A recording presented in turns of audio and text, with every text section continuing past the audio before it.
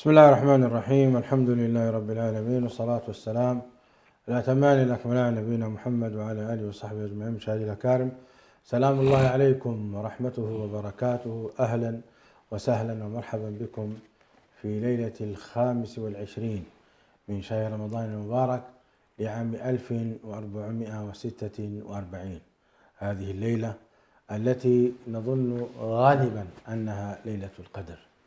في هذه الليلة نسأل الله تعالى أن يجعلنا وإياكم ممن قام ليلة القدر فقامها إيمانا واحتسابا، ونسأله سبحانه وتعالى أن يكتب لنا ولكم الجنة بغير حساب ولا سابق عذاب، اللهم آمين. لا يزال الحديث حتى في هذه الليلة التي تعدل عبادة 83 سنة و4 أشهر. نقدم لكم هذا البرنامج، عسى الله أن يتقبله منا وأن يسجله لنا عبادة 83 سنة و4 أشهر، كما نسأله سبحانه وتعالى أن يسجل لكم أيضا استماع عبادة 83 سنة و4 أشهر. ليلة القدر خير من 1000 شهر. هذا العدد الذي ذكره الله عز وجل بقوله خير من 1000 شهر هو حديثنا اليوم. اليوم سنتحدث عن الآيات الكونية الفيزيائية التي تدل على علم الله عز وجل وقدرته وحكمته. في عدة آيات تكلمت هذه الآيات عن علوم تتعلق بالفيزياء والكيمياء، وهناك تعريف لمصطلح الفيزياء، قالوا هو مشتق من كلمة إغريقية معناها الأشياء الطبيعية. وعلم الفيزياء أو علم الطبيعة هو العلم المختص بدراسة المادة والطاقة وأسباب سلوكها المشاهد وكيفية إنتاج هذه الطاقة. حول هذا المحور سنتحدث مع شيخنا وضيفنا الدائم الدكتور حسن سلمان، سائلين الله تعالى أن يفتح علينا وعليكم من بركاته سبحانه وتعالى ومن فضله ومنه وكرمه. فإلى الحلقة. مرحبا بكم شيخ حسن. أهلا وسهلا، مرحبا بكم، حياكم الله. قال الله تبارك وتعالى في كتابه العزيز: يدبر الأمر من السماء إلى الأرض ثم يعرج إليه في يوم كان مقداره 1000 سنة مما تعدون. بعض العلماء أخذوا من هذه الآية بعض الأمور الفيزيائية الكونية في بيان سرعة الضوء، فماذا تقولون؟ الحمد لله رب العالمين، والصلاة والسلام على رسول الله الأمين وعلى آله وصحبه أجمعين. اللهم تقبل منا هذه الليلة المباركة، واجعلها في ميزان حسناتنا يوم العرض عليك. ومسألة العمل في هذه الليلة أيا كان شكله فهو يعادل هذه النسبة: التسبيح، التعليم، الصلاة، القيام، الذكر، الدعاء. كل نمط من هذه الأنماط أو كل شكل من هذه الأشكال يعادل إن شاء الله عند الله سبحانه وتعالى كما لو أنك جلست له هذه المسافة من الزمن. بالنسبة للآيات الفيزيائية والآيات العلمية على وجه التحديد، خلينا أول نقول بأن إيرادها في كتاب الله تبارك وتعالى ليس المراد منه أن يتحول القرآن الكريم من كتاب هداية وكتاب إرشاد تعبدي وكذا إلى أن يتحول مثلا إلى كتاب علوم، كتاب فيزياء، كتاب أحياء، لكن يبدو والله أعلم إيراد هذا النوع من الآيات في تلك اللحظة التاريخية التي بعث فيها النبي صلى الله عليه وسلم، وبقاء هذه الآيات إلى يومنا هذا، فإن ذلك يدخل فيما يبدو لي والله أعلم في الآيات البينات اللي هي آيات الإعجاز. آيات الإعجاز يعني ليس المقصود من إيراد آية أو آيتين أو 10 أو 20 في كتاب أن والله الكتاب سيتحول إلى كتاب فيزياء، لا، لكن هذه النقطة على وجه التحديد ستتحول إلى عنصر تحدي وإعجاز، وأنها لم تكن ليأتي بها النبي صلى الله عليه وسلم إلا أن تكون من خارج علمه، وهو فعلا العلم القادم إليه من الله سبحانه وتعالى. هذه مسألة يعني لابد من الالتفات إليها. وبالتالي الآن نلاحظ في هذه الآية على وجه التحديد عندما يتكلم النبي صلى الله عليه وسلم بهذا القرآن يبلغنا عن الله تبارك وتعالى بأن اليوم عندنا في الأرض ليس كاليوم الذي هو في السماء. يعني اليوم في السماء واليوم في الأرض. هنالك نظرية الآن طرحت حديثا، نظرية فيزيائية، وهي ما يعرف بنظرية النسبية التي طرحها أينشتاين، واعتبر بأن مسألة الزمن هي مسألة نسبية.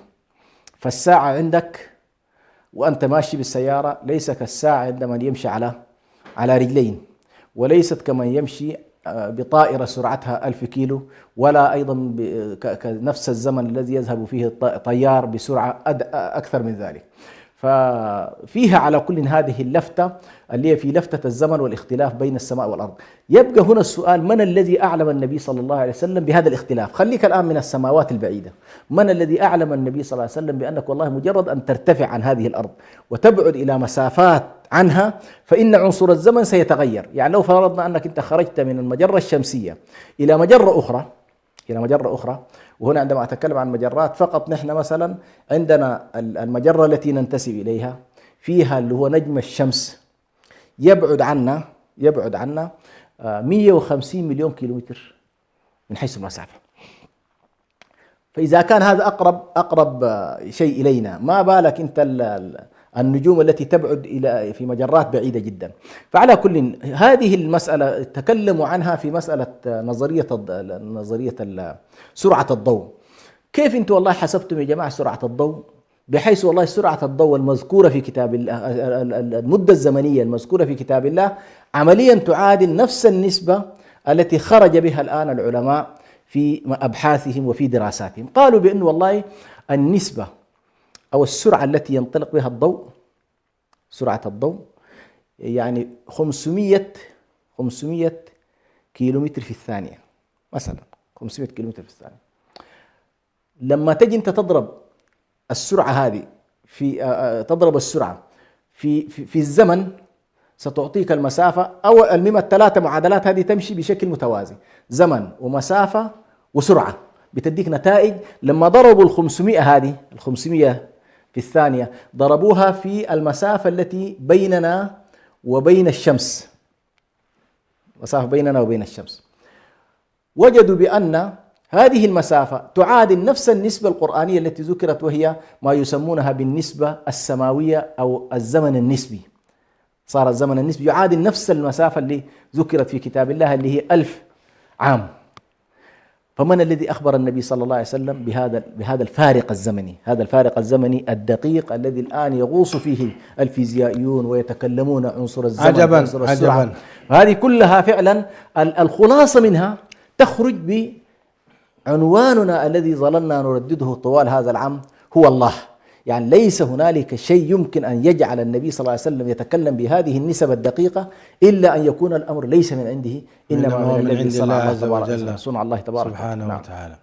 طيب الشيخ حسن، نجد أن الله عز وجل في كتابه العزيز يذكر هذا الرقم، رقم 1000 كثيرا، نعم، ولا يذكر غيره. نعم. يعني ليس هناك رقم مثلا مليون ولا مليار ولا تريليون، نعم. لكن هذا ما يتكرر. قال الله تعالى: ولتجدنهم أحرص الناس على حياة ومن الذين أشركوا يود أحدهم لو يعمر 1000 سنة وما هو بمزحزح من العذاب.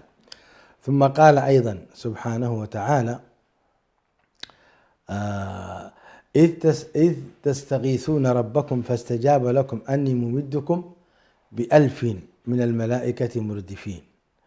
وقال سبحانه: يا أيها النبي حرض المؤمنين على القتال، إن يكن منكم 20 صابرون يغلبوا 200، وإن يكن منكم 100 يغلبوا 1000 من الذين كفروا بأنهم قوم لا يفقهون.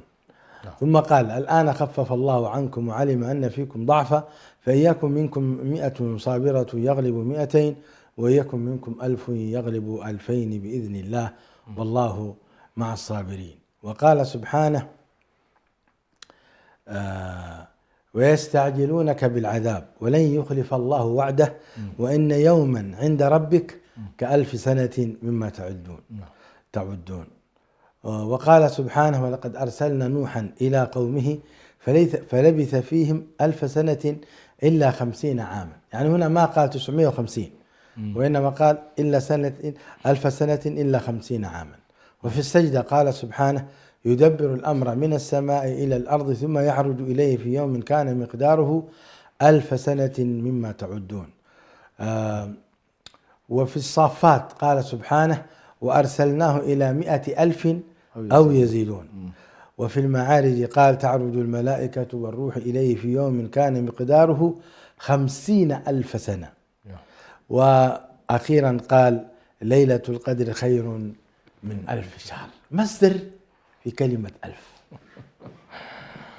أولا هي حقيقة العلم عند الله، يعني ما هو مراد الله بهذه الأرقام وبهذه الأعداد، لكن ما الذي يظهر لك؟ الذي على كل يتناوله بعض المفسرين، منهم من قال بأن المراد المبالغة، أنه تذكر هذه الأعداد بالنسبة للعرب هكذا، أن تقول 7 و70 و1000، وهذه كانت يعني أعلى رقم كانوا يبالغون فيه هو 1000. هو 1000. ولذلك حتى المليون يقولون لما يتجاوز 1000 لما يتجاوز الرقم 1000 تجدهم خلاص دخلوا فيه، فهذا أعلى رقم يعرفونه. والقرآن يخاطب سبحان الله، صحيح أنه يخاطب البشرية كلها بأرقامها المختلفة، كما نحن الآن نتكلم بالمليارات، مش كده، بالتريليونات. نعم. لكن ذلك العنصر اللي كان نزل عليه القرآن في ذلك الوقت يخاطبه كذلك بالرقم الذي يعرفه، وبالتالي هنا الصورة بالنسبة له واضحة. فعلى كل، سواء كان أريد به المبالغة، وأنا ما أميل إلى أن المراد غالبا الأرقام مرادة الآن. نعم، مرادة. الأرقام مرادة، ولكن إرادتها هل والله الآن هذا هو المستوى الذي يعرفه، وبالتالي يخاطبهم الله بال1000 ومضاعفاتها 100,000، وإن زاد الأمر بعد ذلك فهي 1000 و1000. يعني قد تكون هذه على كل لها وجهة، والله أعلم. وقد يكون لها سر فعلا سيكتشفه الإنسان مستقبلا بإذن الله تعالى. سنريهم آياتنا في الآفاق وفي أنفسهم حتى يتبين أنه الحق. نعم، صحيح. نتوقع أن 1000 هذا الرقم ليس رقما مثل 7 7 سماوات، 7 سماوات، 7 أراضين كذا، يعني فيها شيء، أكيد فيها شيء. صحيح. وإن شاء الله في العصر الرقمي الذي يسمونه الآن بالعصر الرقمي والرقمنة قد تظهر أشياء نحن ما لم تكن في أسلافنا الذين هم مضوا، يعني وارد جدا أن يكتشف. وأنا هذا الذي جعلني حقيقة يعني أجرد هذه الآيات في كونها تذكر هذا الرقم. قال الله تعالى: ولم يرى الذين كفروا أن السماوات والأرض كانتا رتقا ففتقناهما وجعلنا من الماء كل شيء حي أفلا يعقلون. هذه الآية أيضا من الآيات التي فيها الإعجاز الفيزيائي، فما هو تعليقكم؟ على كل، العلماء الآن وهم يبحثون عن محاولة الوصول إلى حقيقة هذا الكون وما وراء هذا الكون، وخصوصا بعد أن امتلكوا أدوات علمية متطورة، بدأوا يفكرون في أنه ما هي نقطة البداية. والإنسان سبحان الله يبحث دائما عن نقطة البدايات. والله عز وجل قال: ما أشهدتهم خلق السماوات والأرض ولا خلق أنفسهم وما كنت متخذ المضلين عضدا. الله. لكن قال أيضا: قل سيروا في الأرض فانظروا ماذا قل سيروا في الأرض فانظروا كيف بدأ الخلق. فالنظر في كيف بدأ الخلق سؤال يشغل البشرية. هم الآن على كل علماء الفيزياء وهم يتناولون ويبحثون في الظاهرة الكونية بشكل عام، توصلوا حتى الآن إلى أن المدى الزمني الذي هم حتى الآن أحصوه بأن بداية الكون منسوبة إلى ما لا يقل عن 13.8 مليار من السنين. يعني أنت لا تتكلم عن مليار ولا مليارين، إنما قريب 14 مليار، مش كده؟ ونحن على الأقل من عهد النبي صلى الله عليه وسلم إلى الآن نتكلم عن 14 قرن، لاحظ.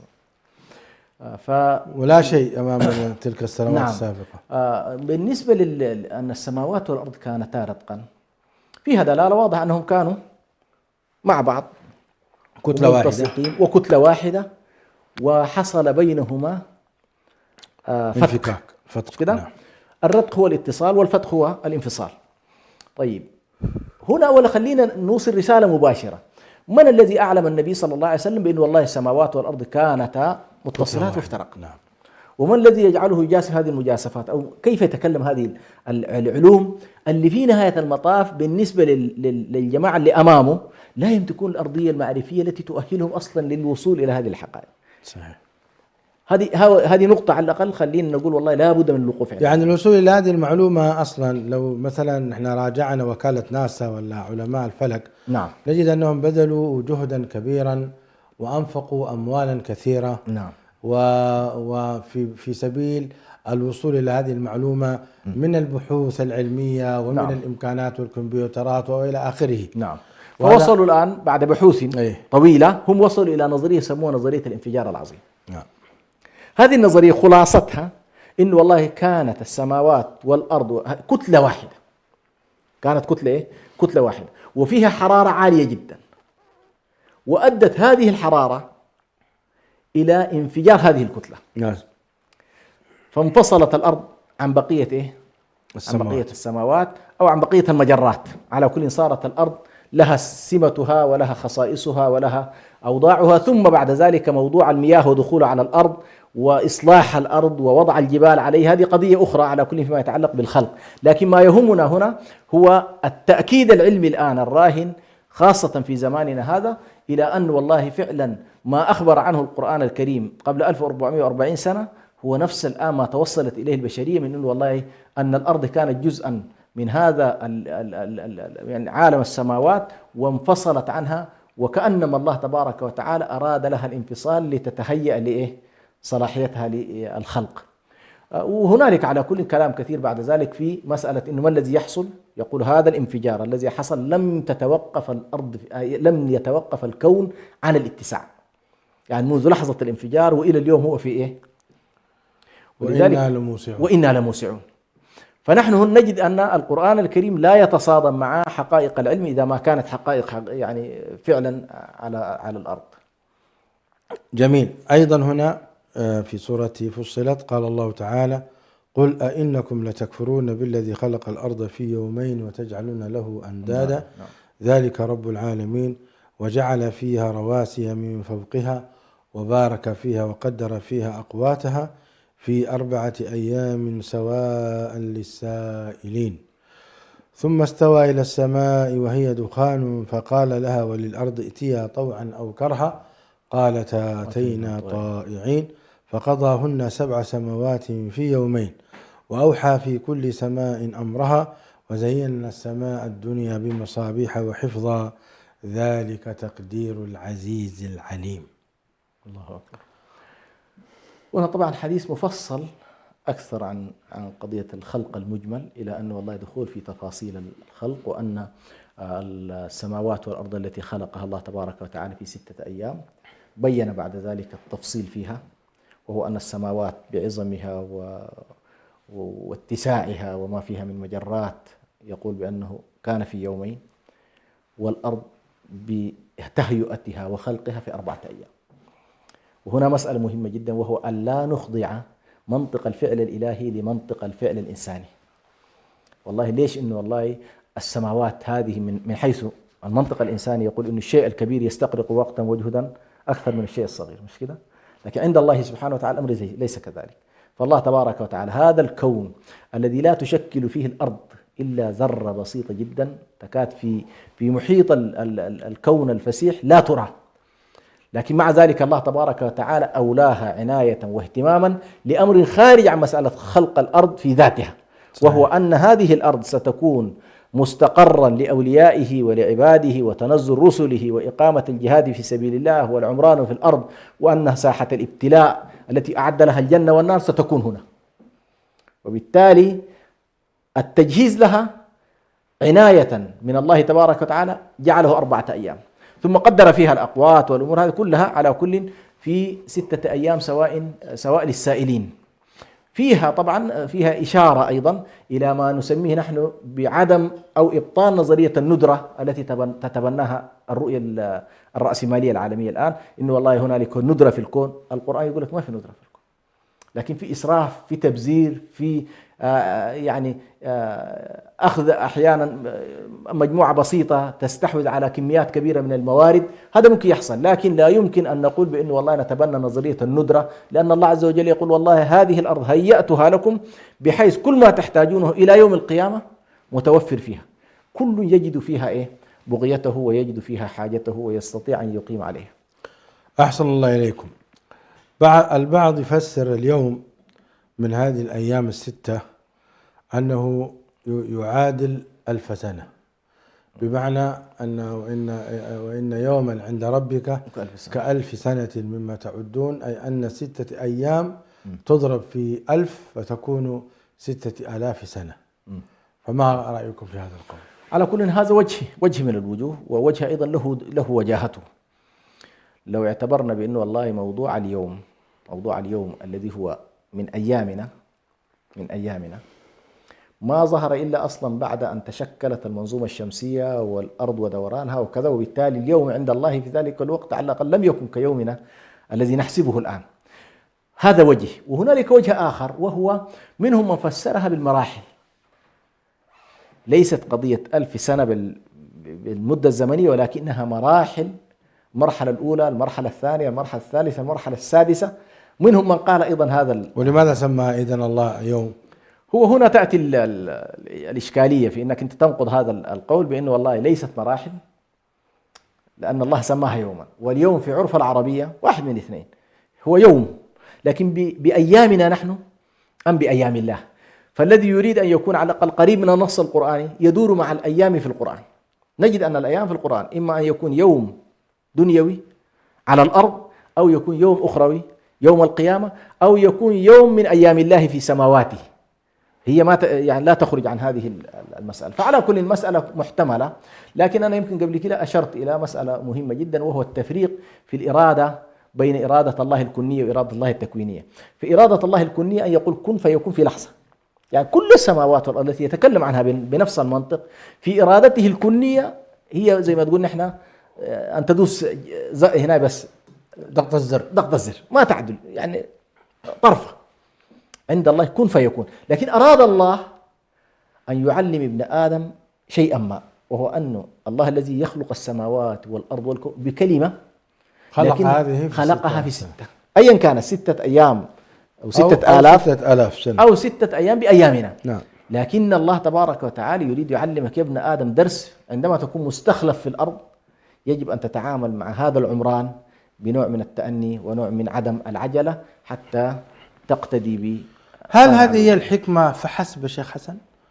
أن الله خلق السماوات السبع في 6 أيام فقط حتى يري بني آدم أن عليه بالتأني والدراسة، أو لها حكمة أخرى؟ طبعا صعب أن نقول بأنه فقط لهذا، لأن مراد الله تبارك وتعالى في ذلك لا نعلمه، وخاصة أن الله ما بينه لنا، بحيث والله لما فعلت ذلك، ما قال. لو أن الله بين، فيبقى بعد ذلك أنت فيما تستوحيه من النص القرآني، لأن الله عز وجل يقول قل لو أن ما في الأرض من شجرة أقلام والبحر يمده من بعده 7 أبحر ما نفدت كلمات الله.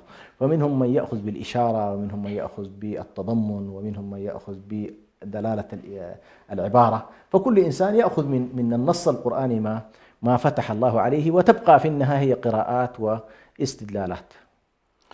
جميل. قال الله تعالى فمن يرد الله أن يهديه يشرح صدره للإسلام، ومن يرد أن يضله يجعل صدره ضيقا حرجا كأنما يصعد في السماء كذلك يجعل الله الرجس على الذين لا يؤمنون.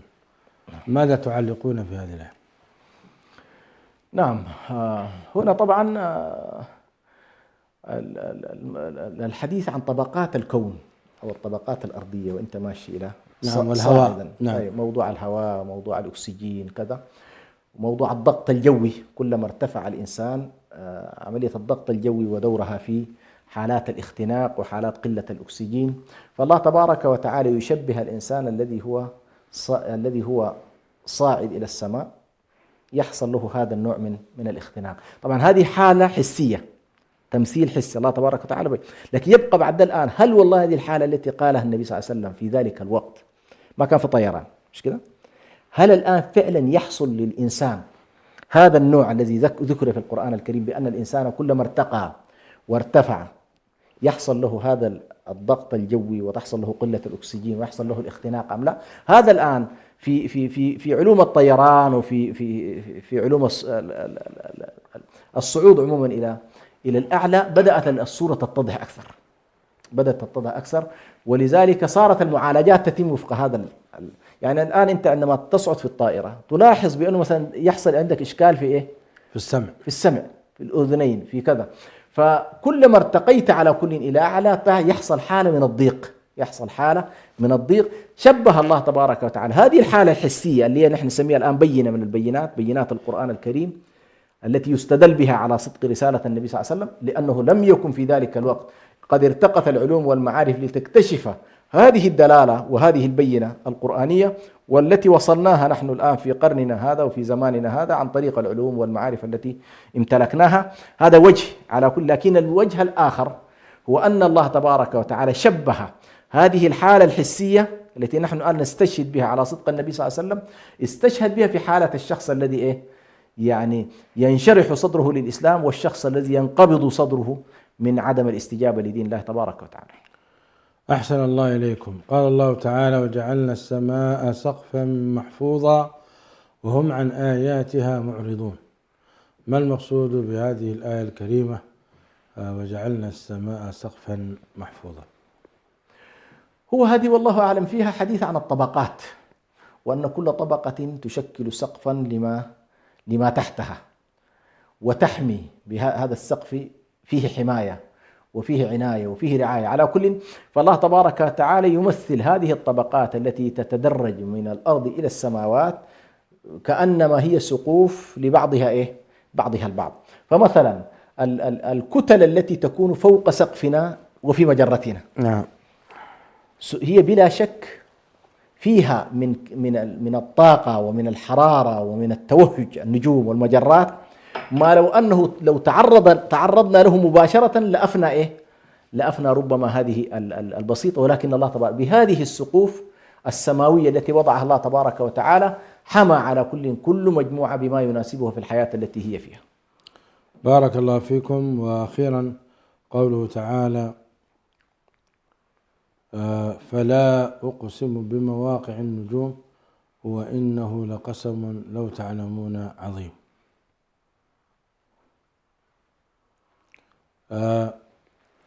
لو تحدثنا عن النجوم وفوائدها وثمارها وآثارها الكونية على الأرض فماذا سنقول؟ وما الرابط بينها وبين القرآن الكريم؟ فلا أقسم بمواقع النجوم أي أقسم. نعم، أقسم. نعم. وإنه لقسم لو تعلمون عظيم. نعم. ما المقصود بلو تعلمون عظيم؟ هل المقصود المقسم به أو المقسم عليه أو المقصود الذي يقسم هو الله عز وجل؟ هذا سؤال. السؤال الثاني المحير: هذه النجوم هل تقتصر فائدتها فقط على دلالة الماشي في البر والبحر والجو أم لديها أعمال أخرى؟ ثم قال: وجعلنا السماء سقفا محفوظا. هل هي داخلة في أن هذه السماء محفوظة بهذه النجوم من الشياطين أو ما المقصود؟ هذه مجموعة أسئلة نطرحها بين يديكم. والله يا أخي صراحة هذه الآية من يدخل إلى الدراسات المتعلقة بالنجوم يحتار في عددها، وهي بالمليارات، مليارات التريليونات وليس مليارات التريليونات. صحيح. الذي إلى الآن هو مدرك ويمكن إحصاؤه في ما يراه الإنسان، أما ما لا ندركه ولا نعرفه هذا أتركه، يعني مسألة كبيرة جدا. هذا اللفتة الأولى، وهو أن الله تبارك وتعالى يقسم بهذا الأمر العظيم. وهو لاحظ هنا شيخ برهان ما أقسم بالنجوم هنا تحديدا، أقسم بالنجم في سورة النجم، لكن هنا ما أقسم بالنجوم، أقسم بمواقع النجوم. نعم. سبحان الله. يقول علماء الفيزياء يقول بأنه ما نراه نحن من نجوم هي في حقيقتها رؤية لمواقعها بعد أن تحركت. وانت الآن المجرات ماشية والشمس شنو؟ تجري، مش كده؟ فيقول لك في اللحظة المعينة أنت رأيت ضوءها، احتمال كبير جدا قبل مليون سنة أضاءت في هذا المكان، لكن وصل إليك الآن. فأقسم الله بموقعه موقع النجم، ولكن الأعظم ليس الموقع، النجم نفسه.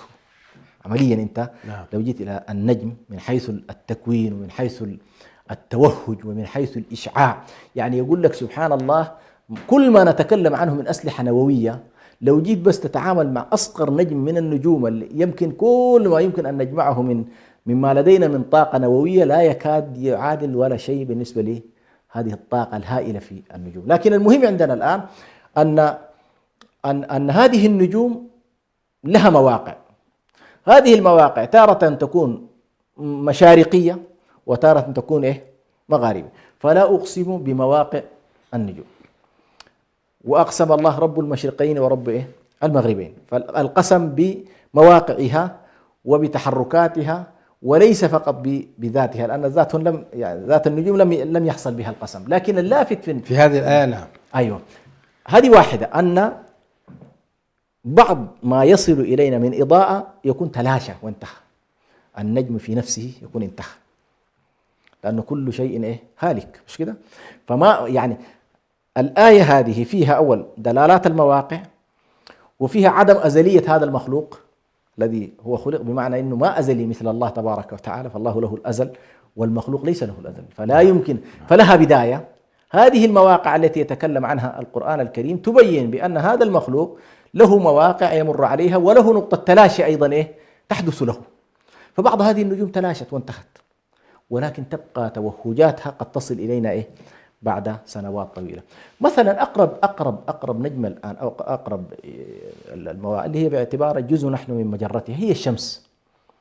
هذه الشمس يا شيخ برهان لما يتكلم عن نصف قطرها ويتم الحديث عن المسافة التي بيننا وبينها شيء مهول، يعني أنت تتكلم عن أرقام فلكية.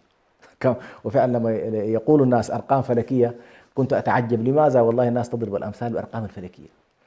فقرأت في وكالة ناسا في نجم من النجوم حاولوا أن يرصدوا المسافة بينه وبين الأرض، فانتهت الأرقام عندهم في الكمبيوتر قبل أن يصلوا إلى نهاية هذا النجم.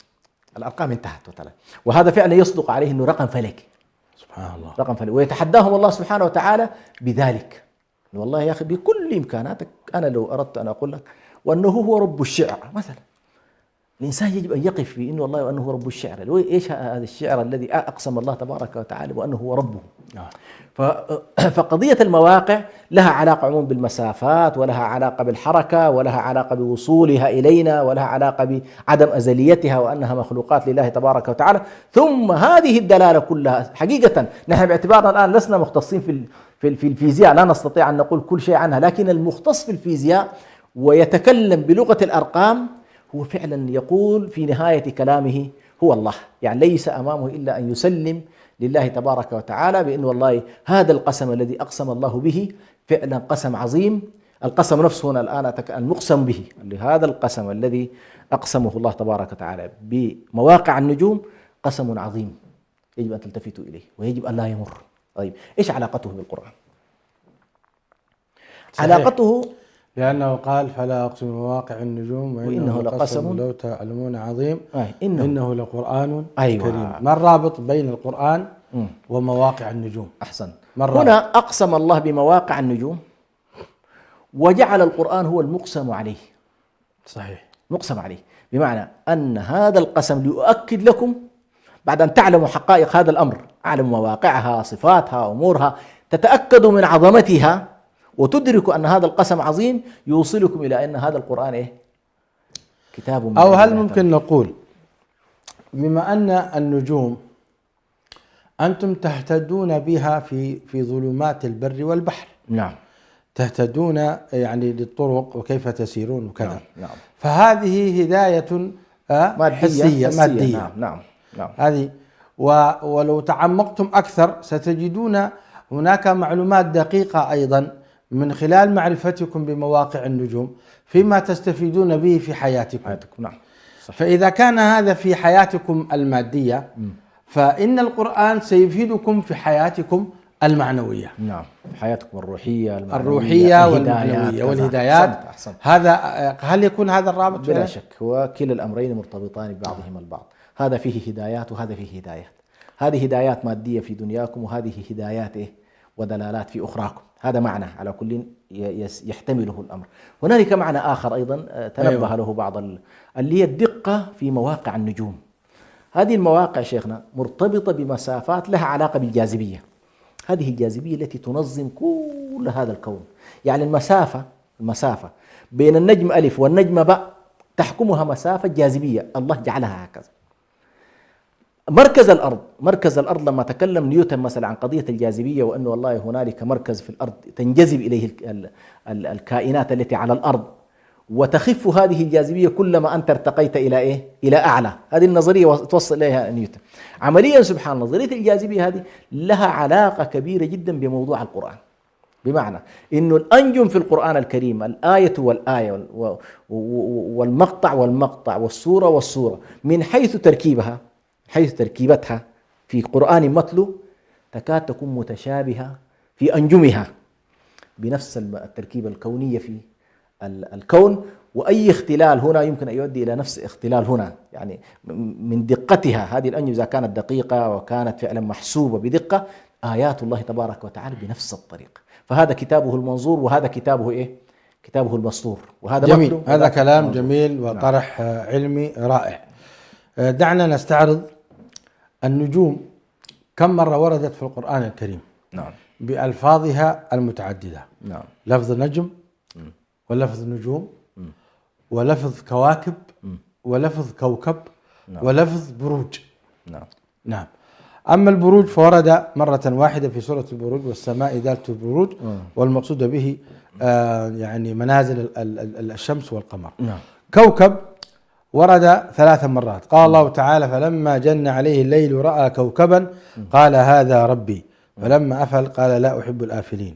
نعم. وفي يوسف قال: إذ قال يوسف لأبيه يا أبت إني رأيت 11 كوكبا والشمس والقمر رأيتم لي ساجدين.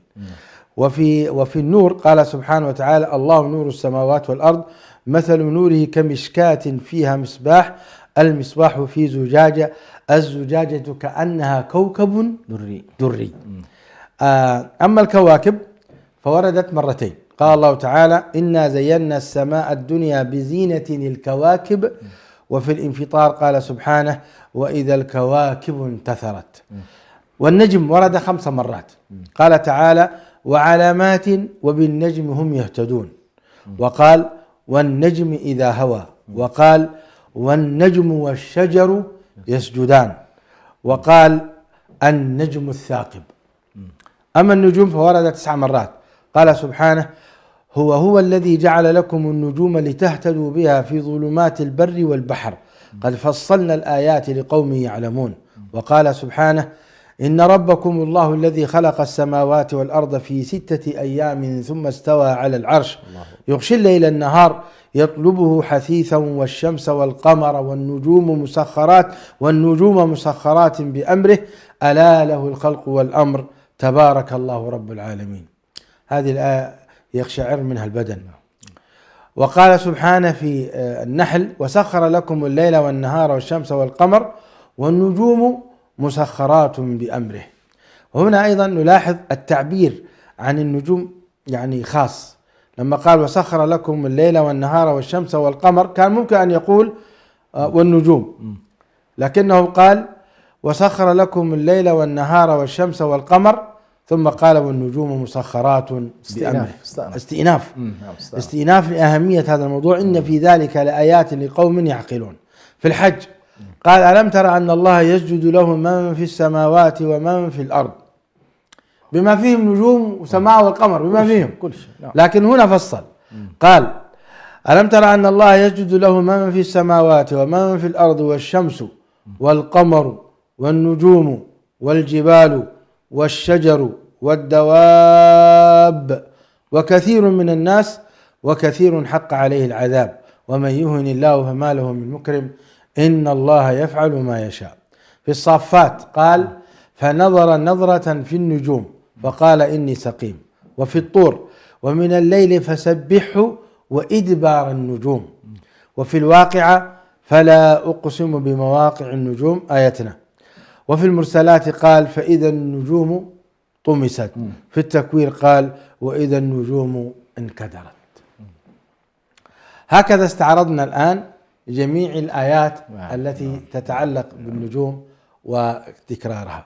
هل فعلا النجوم يا شيخ حسن وردت لثلاثة فوائد كما يقول مشايخنا الكرام؟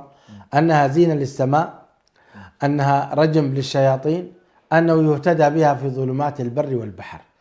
هل بهذه العظمة وهذه الآيات التي يقسم الله بها وسبحانه وتعالى يعظمها وسبحانه وتعالى يبين أنها ويقرنها بالقرآن الكريم، هل معقول يقتصر فائدتها فقط في هذه الثلاثة؟ هذا السؤال الأول. السؤال الثاني: ما معنى قول النبي عليه الصلاة والسلام من اقتبس شعبة من النجوم فقد اقتبس شعبة من السحر زاد ما زاد؟ ما المقصود بهذا؟ وهل هذا بالفعل مقتصر على هذه الفوائد الثلاثة؟ أفيدونا مأجورين. الله يجزيك الخير، ودي براها محاضرة. آيات. لكن سبحان الله لفت نظري أن الله تبارك وتعالى في القرآن يستخدم لفظ النجم ويستخدم لفظ الكوكب، وفي ذلك بلا شك دلالة كأنما والله أعلم النجوم ما كان فيه إشعاعا ذاتيا، وضمن ذلك الشمس. لاحظ يأتي بالنجوم بعد ذلك هو الشمس والقمر كده. تلاحظ أن الشمس فيها إشعاع ذاتي والقمر فيه نور انعكاسي. الكوكب مثل الشمس، مثل القمر، والنجم مثل الشمس. فالنجوم مضيئة وفيها الكوكب مثل القمر، الكوكب مثل القمر، والنجوم فهو مخلوق ولافي ويدور ضمن، لكنه ليس له إشعاع ذاتي. الأرض الآن لو ذهبت أنت إلى من خارجها ستجد نفس الإضاءة التي تراها في القمر تراها في الأرض، لكن الأرض ليس فيها إشعاع. فهنا تقريبا الله تبارك معظم المواقع التي ذكر فيها الكواكب هي مخلوقات ليست مشعة ذاتيا. سبحان الله. أي النجوم فيها إشعاع ذاتي، فيها الطاقة الذاتية التي ولذلك هي يضرب بها الشياطين. النجوم يضرب بها الشياطين. فحقيقة شيخ برهان لو أردت أن تتأمل في هذا الأمر العظيم، من الصعب جدا أننا ندرك أبعاد ومرامي هذا الخلق، هذا الكون الفسيح، ونختزله بعد ذلك في معاني ربما معاني ثلاثة لا نعتقد ذلك على كل، وإلا أن توسع من مفهوم الهداية. نعم، أن توسع مفهوم الهدايات. هنا بتجد نفسك فعلا من أشكال الهدايات التي ستشكلها لنا هذه النجوم وهذه الأفلاك، بلا شك عندما توسع في مفهوم الهداية أيا كانت، هدايات دنيوية أو كانت هدايات أخروية، هنا يمكن الموضوع أن يحصل فيه استيعاب بشكل أكبر. يعني والحقيقة كلام جميل، وكما تفضلتم شيخ حسن موضوع النجوم يحتاج إلى محاضرة مستقلة أو درسا مستقل حتى نبحث، لأنه لا نتوقع أن الله عز وجل يقول في كتابه العزيز وكذلك نري إبراهيم ملكوت السماوات والأرض وليكون من الموقنين، ثم نختزل هذا الملكوت في ثلاثة فوائد فقط ونقول زينة للسماء ورجما للشياطين وهداية. ما يمكن أن يتصور هذا أنه فعلا يكون. ومع هذا الملك العظيم الذي آتاه الله عز وجل لإبراهيم عليه السلام، وكان إمام الموحدين بعد رسول الله صلى الله عليه وسلم، يأتي إبراهيم عليه السلام ويطالب من ربه أن يريه كيف يحيي الموتى. قال ولم تؤمن، يعني بعد أن شاهدت هذا الملكوت ورأيت هذا اليقين كذلك أنت تريد. إبراهيم عليه السلام يريد مزيدا من القرب من الله، مزيدا من اليقين، مزيدا من الحب، ليس شاكا، وإنما ليطمئن قلبه أكثر في عبادة ويقبل حتى يصل لمرحلة أنه يذبح ابنه من أجل الله تبارك وتعالى. انتقال في مراحل اليقين، من اليقين العلمي إلى اليقين العيني إلى اليقين الحق. اليقين الحق، يا سلام. وإنه لحق وإنه أي اللي هي تحدث عن قضية حق اليقين، وتحدث عن علم اليقين، وتحدث عن عين اليقين. وهذه طبعا هي المقامات اللي هي ألهاكم التكاثر حتى المقابر، كلا سوف تعلمون ثم كلا لو تعلمون علم اليقين لترون الجحيم ثم لترون عين اليقين ثم لتسألون يومئذ عن النعيم. نعم. فنحن إبراهيم عليه السلام اليقين العلمي متاح له منذ أن أوحي إليه. نعم. عنده يقين كامل بما أوحاه الله إليه. ثم أمره الله تبارك وتعالى بالتدبر في الملكوت، فهذا تدبر وزاد علما، لكن كل ذلك اندرج معه في اليقين العلمي. بقي هنالك يقين العين، ويريد أن ينتقل من اليقين العلمي إلى اليقين العيني، وهو أن يرى الأمر خاصة في الموت كيف يحصل.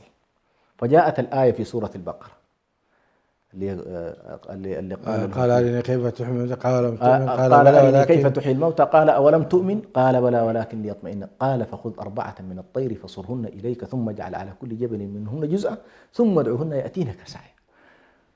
هنا رأى الأمر تماما، واعلم أن الله عزيز واعلم أن الله عزيز حكيم. فانتقل على كل من هذا إلى يأتي طبعا. ونحن سبحان الله في حياتنا هكذا ننتقل شيخ برهان في قضايا الجنة والنار مثلا. نحن الآن سنظل في علم اليقين إلى أن نرى الجنة أمامنا. نعم صحيح. فإذا رأيناها أمامنا صار عين اليقين. عين اليقين. نعم. مثل شخص كان يحدثونه عن البحر فوقف على الشاطئ فقال والله هذا هو البحر. أي والله. فما كان يعرفه عن البحر صحيح انتقل إلى عين، لكن انغمس فيه ونزل إلى الماء فهو حق اليقين، صار يعرف خصائص أكبر من أنه في البر عوام مسكين. كلام جميل. فهي هكذا. ثم أيضا الآية سبحان الله التي أيضا تلوتها شيخنا ألم ترى أن الله يسجد له. شوف سبحان الله انتقل من العقلاء إلى غير العقلاء. من في السماوات والأرض من العقلاء كلهم يسجدون. من في السماوات ومن في الأرض. أي من في السماء. فكلمة من هون العقلاء. نعم. ثم انتقل بعد ذلك إلى إيه؟ والشمس هذه الآن دخل في المخلوقات الأخرى. نعم. غير العاقلة. نعم. وكلها أثبت لها السجود. نعم. والنجوم والجبال والشجر والدواب. وكثير من الناس. جمادات على حيوانات على كلها، والشجر وكلها تسجد كلها تسجد لله. عالم النبات، عالم الجماد، عالم الحيوان، كله يسجد لله تبارك وتعالى. وكثير من الناس طبعا نشوف الأمور دي كلها قيل عنها من غير كثير. نعم. أنها مخلوقات سبحان الله مسخرة وفردية. شمس هي شمس واحدة. أي نعم. قمر هي قمر واحد. نعم. لكن في الناس منهم من لم يسجد لله. نعم. قال وكثير من الناس. الحمد لله أن كثير وكثير أيضا حق عليه العذاب. نعوذ بالله من غضب الله. نعوذ بالله من غضب الله. نعم. والله يا حقيقة يا شيخ حسن كلام ماتع جدا، خاصة حول هذا الموضوع. يعني نحتاج فعلا إلى حلقة إن شاء الله نخصصها بإذن الله. نسأل الله تعالى أن يبارك لنا في الأوقات، خاصة أني أتأمل في الحياة في الدورات التفكرية التي أخذها النبي صلى الله عليه وسلم قبل أن يبعث محمدا، قبل أن يبعث رسولا. كان يأخذ دورات في التفكر في غار حراء. نعم. صحيح. يجلس يعني الأشهر عليه الصلاة والسلام ويتحنث الليالي ذوات العدد، وكان يختار هذا المقام في جبل النور مكان عالي وقريب من السماء، ويبقى في هذا الجو يعني ظلام، ولكن السماء منيرة بالنجوم، فيتأمل صلى الله عليه وسلم هذه النجوم ويتفكر فيها كثيرا صلى الله عليه وسلم. يعني لماذا لم يختار عليه الصلاة والسلام مثلا الصحراء؟ لماذا لم يختار مثلا البحار؟ لماذا لم يختار المزارع؟ لماذا لم يختار البهائم؟ لماذا اختار الجبال؟ ولماذا اختار أعالي الجبال؟ والله أعلم، حتى يكون قريبا من هذا الملكوت الذي أشار إليه. مشاهدي الأكارم، الحديث ماتع عن ربنا سبحانه وتعالى، وكيف لا يكون ماتعا ونحن نتكلم عن خالقنا وخالق هذا الكون العظيم. هذه الآيات العظيمات لو تليت والله على الجبال لرأيناه خاشعا متصدعا من خشية الله. نسأل الله تبارك وتعالى أن يرقق قلوبنا وأن يطهرها وأن يجعلها خاضعة له سبحانه وتعالى.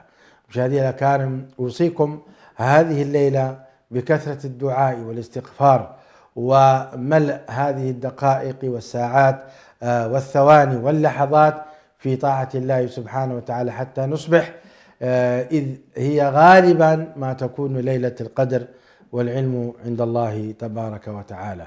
باسمكم جميعا أشكر فضيلة الشيخ حسن سلمان، كما أشكركم جميعا وأشكر إخواني الموجودين في الكنترول. هذا أخوكم برهان سعيد يحييكم، وأسأل الله مرة أخرى أن يجعلني وإياكم من عتقائه من النار. اللهم إنك عفو تحب العفو فاعف عنا. والسلام عليكم ورحمة الله وبركاته.